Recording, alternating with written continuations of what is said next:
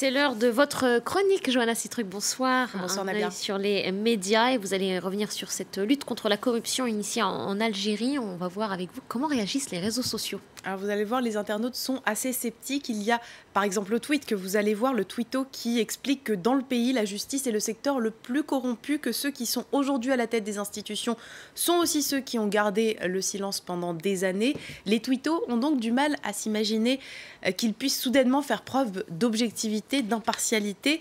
Le dessin d'ailleurs que vous voyez, je vais vous le montrer en plus gros, parle de lui-même. Il a été réalisé par le caricaturiste algérien Ahmed Medjani. On y voit donc Gaïd Salah, qui est le chef d'état-major de l'armée, qui a lancé cette opération anticorruption. Et comme un magicien qui fait sortir un lapin de son chapeau, il y plonge un magistrat pour lui faire découvrir la justice en un coup de baguette magique. Autre réaction, c'est celle de cet internaute dont on sent l'agacement, même s'il essaye d'ajouter une pointe d'humour. Il estime que le problème numéro 1 de son pays est d'ordre ophtalmologique, puisque dans son dernier discours, Gaïd Salah, qui va sur ses 80 ans, a demandé à la population, qui est globalement bien plus jeune, de faire preuve de clairvoyance. Et puis, enfin, ce tweeto explique que cette opération anticorruption, c'est du cosmétique politique qui a déjà eu lieu dans d'autres pays lors du printemps arabe. Selon lui, quelques personnes corrompues vont effectivement être punies, mais juste pour calmer les manifestants. Et puis, il faut dire qu'au niveau mondial, Johanna, l'Algérie fait partie des pays les plus corrompus. C'est ce que nous dit l'ONG Transparency International, qui calcule chaque année le niveau de corruption des différents États de la planète. Vous le voyez, l'Algérie est notée 35, ce qui n'est pas très bon, car plus la note se rapproche de 100, plus le pays est intègre. En revanche, plus elle se rapproche de 0, plus le pays est corrompu. Il y a quelques jours, l'association algérienne de lutte contre la corruption a chiffré ce fléau. Près de 60 milliards de dollars ont été détournés sur les 15 dernières années. Une somme qui a surpris les internautes, comme celui-ci par exemple, car il y a peu de temps, les estimations tournaient autour de 30 milliards de dollars. On est donc passé du simple au double. Ce qui est considérable.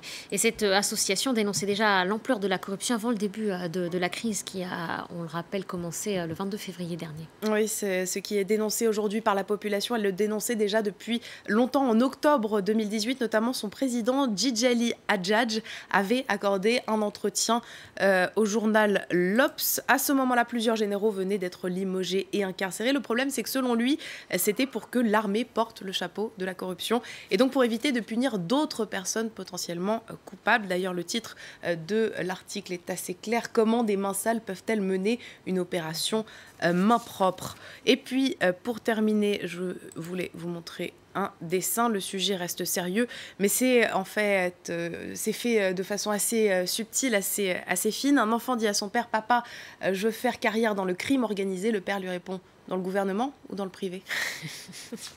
Ça prête quand même à sourire, tout de même.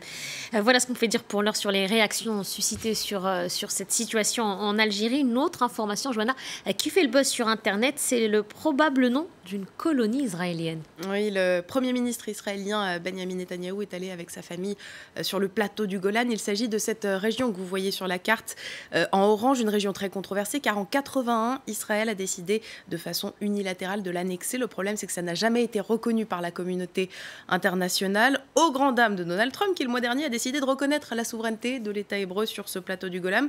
Depuis qu'il est à la Maison-Blanche, d'ailleurs, le président américain a toujours soutenu le Premier ministre israélien. Et c'est donc tout naturellement que Benjamin Netanyahou a souhaité remercier Donald Trump. Pour cela, il a annoncé hier dans une vidéo publiée sur Twitter qu'une localité du Golan porterait son nom, le nom de Donald Trump. Une décision qui a interpellé, voire choqué de nombreux internautes. Pour celui-ci, l'idée est complètement folle, car le territoire est une colonie et selon le droit international, eh bien, ça n'appartient même pas à Israël. Il y a également cet internaute que vous allez voir qui va jusqu'à dire que c'est idiot. Il utilise d'ailleurs le hashtag Idiotville. Et puis enfin, celui-ci poste un photomontage du plateau du Golan, sauf qu'il y a en plus ces grosses lettres blanches qui écrivent Trumpland, un petit peu à la façon Hollywood sur les falaises de Californie. Merci beaucoup, Johanna, pour ce tour d'horizon de la toile. On peut retrouver votre chronique sur vos réseaux sociaux. Merci à vous. On marque une courte pause. On se retrouve dans quelques instants.